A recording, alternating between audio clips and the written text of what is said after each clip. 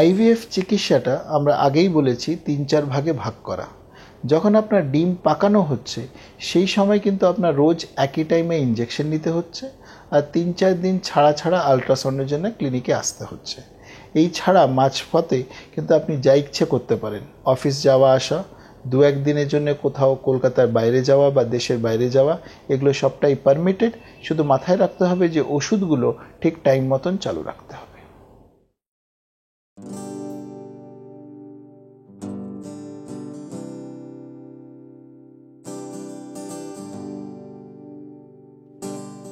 IVF প্রসিজারে আমরা বাচ্চা তৈরি করে আপনার গর্ভে রেখে আপনাকে প্রেগন্যান্সি এনে দেওয়ার চেষ্টা করছি।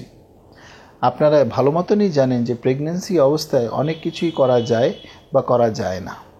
তার মধ্যে ভিগারাস এক্সারসাইজ বা খুব জোরে জোরে এক্সারসাইজ করাটা আপনারা জানেন যে বারণ করা রয়েছে। সিমিলারলি যখন আপনার ডিম পাকানো হচ্ছে বা আইভিএফ প্রসিজারটা চলছে, তখনও কিন্তু আমরা বলে থাকি যে খুব ভিগারাস এক্সারসাইজ আপনি করবেন না।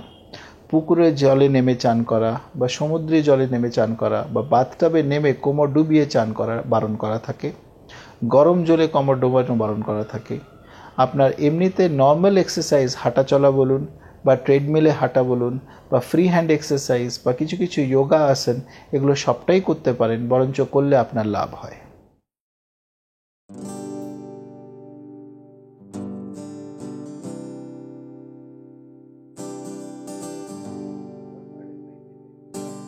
আমরা আপনার ডিম পাকানোর জন্য আপনাকে 10 থেকে 12 দিন ধরে ইঞ্জেকশন দিয়ে থাকি।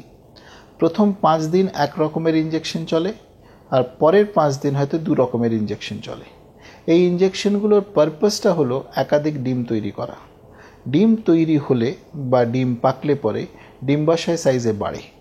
সেটাতে আপনার তলপেটে একটা চাপ সৃষ্টি হতে পারে। আপনার মনে হতে পারে আপনার মাথা ঘোরাচ্ছে, আপনার হতে পারে চোখে দেখতে গিয়ে কষ্ট হচ্ছে। অনেক মহিলারাই আবার বুকে একটা চাপ অনুভব করতে পারেন। এগুলো সবটাই জানবেন এই ওষুধের জন্যে। তারপর বাচ্চা রেখে দেওয়ার পরেও আপনাকে কিছু ওষুধ দেওয়া হয় যেগুলো প্রোজেস্টেরন সাপোজিটরি নামে জানা যায়। এই প্রোজেস্টেরন সাপোজিটরি দিলে কিন্তু আপনার কনস্টিপেশন হতে পারে। এই কনস্টিপেশনে কিন্তু ভয় পাবেন না, এটা সাধারণত কিন্তু আমাদের ওষুধের জন্যই হচ্ছে।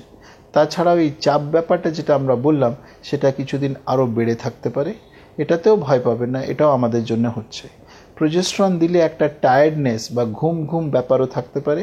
এগুলো সবটাই সাময়িক, ওষুধ বন্ধ করলে এগুলো সবটাই চলে যায়। এগুলো তো কোনো লং টার্ম কোনো ইফেক্ট নেই, এটাতে ভয় পাওয়ার কিচ্ছু নেই।